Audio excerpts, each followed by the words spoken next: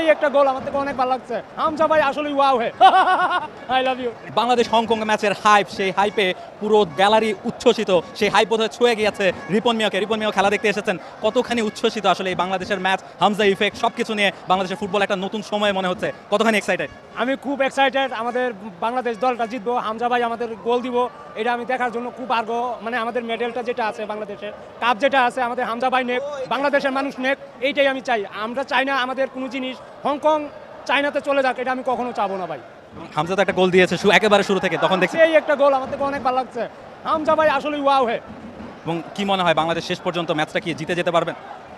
আশা করি জিতে যাবে ইনশাআল্লাহ, সব আল্লাহর ইচ্ছা। এবং ম্যাচের 2-1 দিন আগ থেকে দেখছিলাম যে আপনি বারবার পোস্ট দিচ্ছিলেন, বলছিলেন যে খেলা দেখতে আসবেন, সবাইকেও আসতে বলছেন। এই যে একটা উত্তেজনা, একটা ম্যাচের আগে 2-3 দিন ধরে হাইপটা, মানে ফুটবলের এই হাইপটা কেমন লাগছে? মানে আমাদের গ্রামে ফুটবল খেলা হইলে এই গ্রাম এই গ্রাম মানে মাঠ ভরে যাইতো, তখন আমি শহরে আইসা এই প্লেসটা পাইতেছি, মানে সবাই আইসে ফুটবল খেলা দেখার জন্য। ফুটবল খেলার যে আনন্দ, যে আগ্রহ, এটা সবাই অনুভব করতেছে, আসলেই অনেক মজা।